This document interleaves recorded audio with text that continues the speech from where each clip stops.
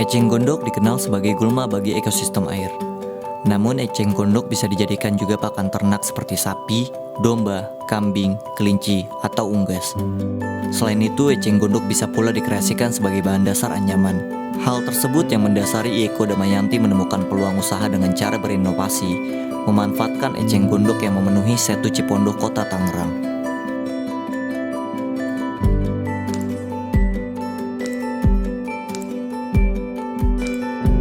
Awal mula aku usaha ini adalah sejak tahun 2007. 2007 itu di wilayah Kunciran Jaya banyak sekali eceng gondok yang belum termanfaatkan. Akhirnya eceng gondok tersebut diambil oleh orang-orang yang di luar wilayah Kota Tangerang. Akhirnya Dinas Industri dan Perdagangan Kota Tangerang berpikir, kenapa kita hanya menjual eceng gondok mentahan, tidak menjual eceng gondok dalam bentuk produk yang akhirnya akan meningkatkan nilai jual dari eceng gondok itu sendiri.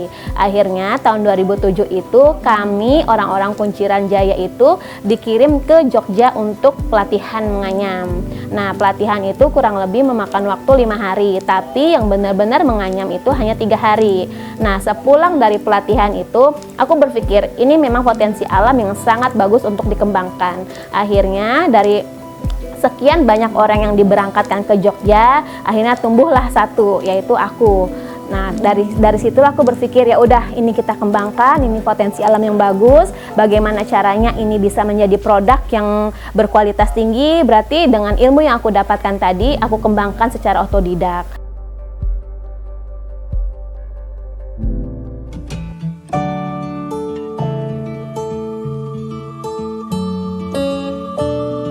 Nah, untuk proses pengambilan eceng gondok itu kita memang ada sisi pemberdayaan. Mulai dari yang laki-laki kita ajak untuk proses mengambil eceng gondok. Kita ajarin untuk eceng gondok yang baik bagaimana, harusnya diapain nih eceng gondoknya untuk bisa dimanfaatkan secara maksimal. Nah, terusnya juga tukang anyamnya juga harus kita tingkatkan, karena pasar otomatis ketika produk kita bagus, produk kita berkualitas, otomatis kuantitas pun harus mengikuti, dalam arti harus banyak nih produksinya. Akhirnya saya ngajarin orang-orang di sekitaran tetangga ataupun luar dari tetangga gitu, kita ajarin proses menganyam sampai dengan proses finishing kita ajarin sih.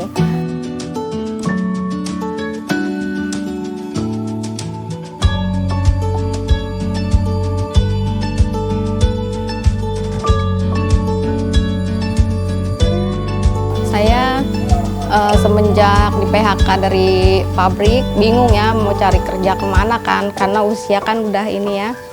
Kebetulan kena tetangga kan sama Bu Eko, jadi ditawarin gimana kalau nganyam eceng kan, karena udah bingung kan, udah walaupun kita di rumah juga ya harus ada kegiatan lah.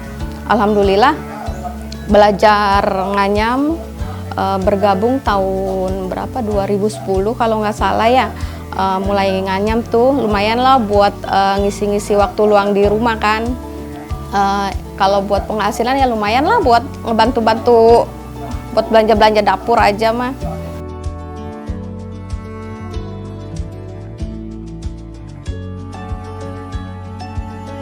BRI itu selain memberikan pemodalan, dia juga sangat mensupport seperti itu Brikubator. Brikubator itu jadi meng-coaching UMKM yang memang pilihan untuk bisa naik kelas, untuk bisa go internasional. Berarti memang kita kan bukan hanya dikasih modal dari BRI, tapi sangat disupport sekali dari mindsetnya kita. Mindset kita tuh terus dibangun sama BRI untuk menjadi orang atau pengusaha yang lebih besar. Jadi tidak hanya berpikir untuk Indonesia, tapi kita berpikir bagaimana produk kita bisa dipasarkan secara internasional. Dengan diadakannya Brinkubator ini akhirnya kebukalah pikiran kita, oh ya ternyata produk kita ini bagus, tapi tidak hanya dipasarkan di dalam negeri, tapi juga memang harus ke luar negeri.